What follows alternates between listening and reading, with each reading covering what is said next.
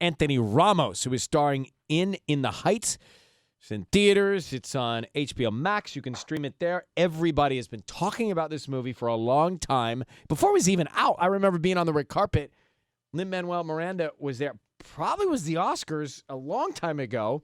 And we were talking about him wanting to make this movie or making this movie. And I thought, God, that's going to be so exciting. Then the pandemic hits and life begins to come back and open up. And now all of a sudden, this is the perfect movie for right now. And one of the stars. I mean, this guy, he can hear me, so I don't want to say too much about him because he might get shy. But this guy is, we had a chance to spend some time in person not too long ago. He is unbelievably talented and super grateful. And one of the stories that he was telling me, Anthony Ramos joining us. Hey, Anthony, how are you? What's up, Ryan? Thanks for having me, man. What's going on? The man was on the cover of Time magazine. I mean, he was on the issue they do, the Next Generation Leaders, and they put his face on one of those covers. I wanted you to tell the story for people here before we get to the movie and your role. It's interesting because I think this relates to a lot of people. You know, in a moment you're going through something that seems like a bummer, yet in that next moment the best opportunity comes your way. And for you, you were telling me that happened literally on the same day. You had to not lose, but a job wasn't going to continue, and then later that day you get this gig. Was it the Hamilton gig you got that day? That was the Hamilton gig. Okay. I mean, I got fired. You got fired. I got laid off, if you will. 77 cast members, man. We were doing this show called Heart and Lights at Radio City. It was like the equivalent of what the Christmas Spectacular is, that they do it every year during the holidays. They wanted to bring it to the spring, and I was one of the singers in that show. And I was doing auditions for Hamilton at the time before rehearsal. So I go early in the morning and do the Hamilton auditions. You know, I had done one, and then they asked me to come back, and they asked me to come back again. And I told them, I was like, yo, I'm in this other thing. I don't even know if the schedule's going to line up. They were like, we don't know if it's going to line up, but you're really right for this. We're just going to keep bringing you back. And I finally did my last audition. It was the 4th audition. And then I went to work that day, and there was a note on the board that said, everyone don't bother signing in. Please report to the large rehearsal hall. And I was like, yo, I think we fired. And I see one of my castmates. She's bawling her eyes out coming from like stage left. And I was like, oh, yeah, we definitely fired. And I went upstairs and we go over to the large rehearsal hall. And sure enough, you know, we're there with everybody, producers, everyone was there. They're like, you know, we don't feel the show's ready. Everybody, we're gonna postpone the show for a year. And I was like, postpone means most of us ain't coming back. If you ain't a Rockette, you ain't coming back. If you are a Rockette, you still gotta earn a spot, which is crazy. But like, yeah, man, it was wild. And then so we had a party. We threw a party. We emptied out all the alcohol in all the fridges. Everybody's drinking, chilling. We're like, we all lost our jobs, whatever. Last hoorah. And then a few hours later, I get the call from the casting company in New York, Chelsea, and they're like, hey, you know, we heard about Heart and Lights. We would like you to be part of Hamilton's mixtape. That was the name at the time. And it was like, boom, that was like 3 hours later. Yeah. Isn't that crazy? You just never know, right? You got to go with God on things because you just never know what's coming next. And Hamilton opens the door to be the biggest thing in the world. And, of course, in the Heights. And you met your fiance. I mean, even more importantly, you met your now fiance on Hamilton, right? When you were doing Hamilton? Yeah. We met in rehearsal. I think it was in November of 2014. That's when we started those rehearsals. And, we met right there.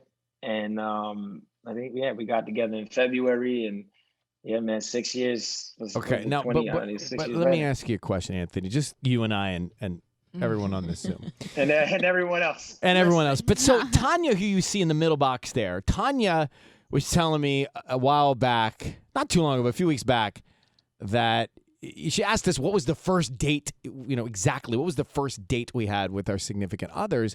And I said, and I was criticized heavily by this panel here.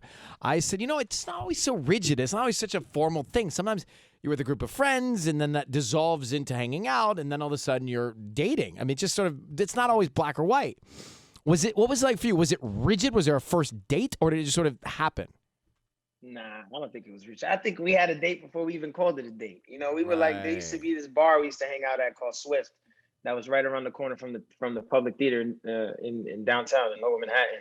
And we would come out of rehearsal or we'd come out of the show and then we would go right around the corner and we went find a little corner in the back because it was dark and Swift. They had the perfect lighting, so we'd be like in the back on these like stools, up, sitting, and we'd order the artichoke pizza, and we would get the Allagash beer. That was like our thing. Alligator. And There we go. Beer. There we you know, go.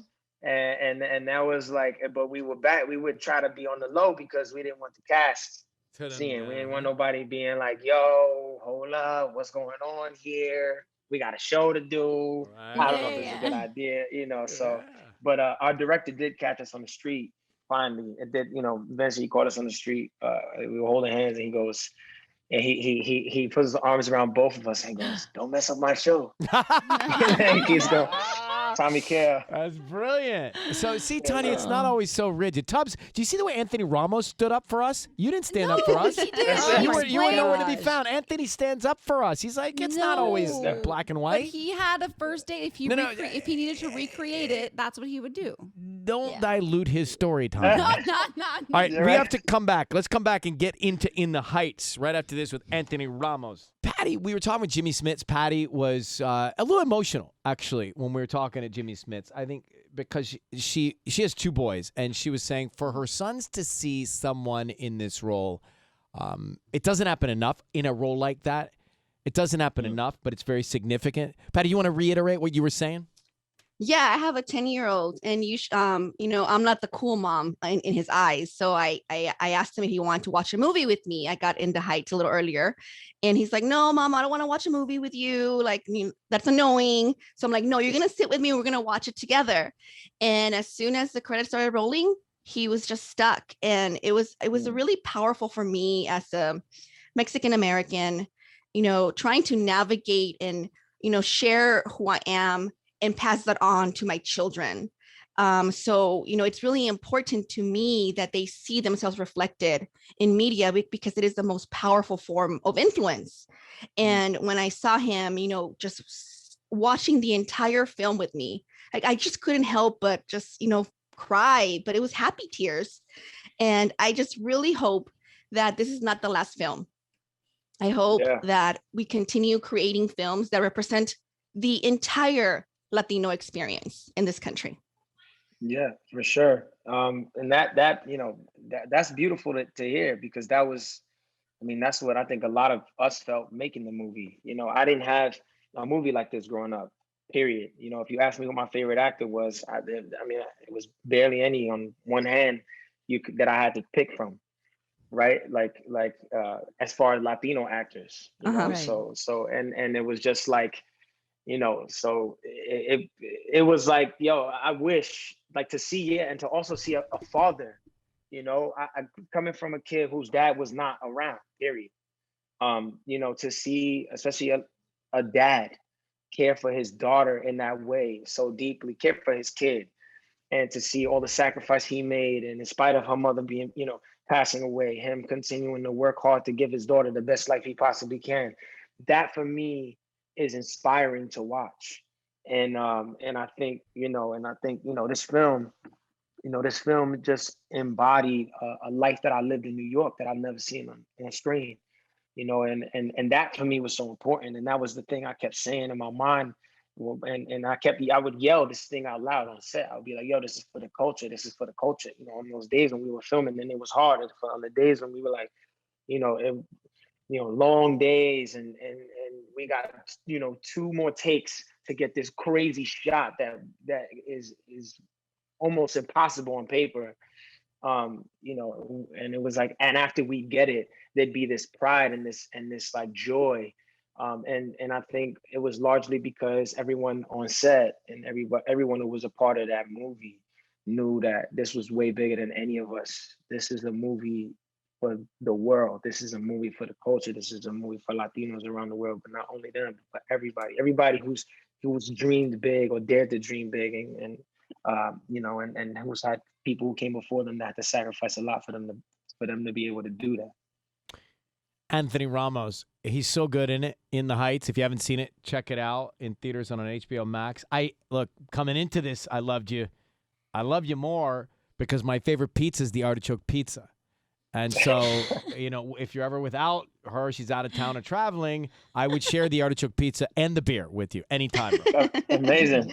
Let's do it, Ryan. Twist my arm, brother. Let's go. I want to mention your album, Love and Lies. You've said this a little different than your last album. How so? I mean, the last album was I think it was very personal. It was about all these personal moments in my life. And it was, I wrote songs about my relationship and things like that. And I think this second album, I was just like, I just want an album that feels amazing. Like and I think, the first one, right, there was the rhythm was a little more steady, and this one I was just like, I want 12 bangers. Yeah, you want stuff you want to have fun Nice. to. Yeah. I was like, because nobody wants to, I don't want to be in my feelings right now. Yo, we've been locked up for like how long? We've been in our feelings for too long. I'm trying to take a shot and get lit and make love. Do all of those things. Yeah. I said, what are we doing out here? I'm not trying to be all in my bag. We've had all this time to do that.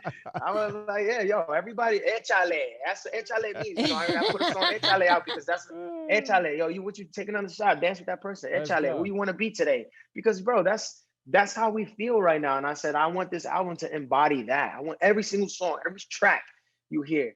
I want this to feel like a roller coaster that you're like, yo, I got to get back on. Mm-hmm. That was crazy. The King to Kai, Six Flags. Yeah. Let's go. I want to stay on and ride it again right now. It's called Love and Lies. It's out now. Anthony, great to see you, man. Continued success. All right, we'll talk soon. All right, talk soon. Thanks for having me. Bye-bye. My pleasure. Mm-hmm.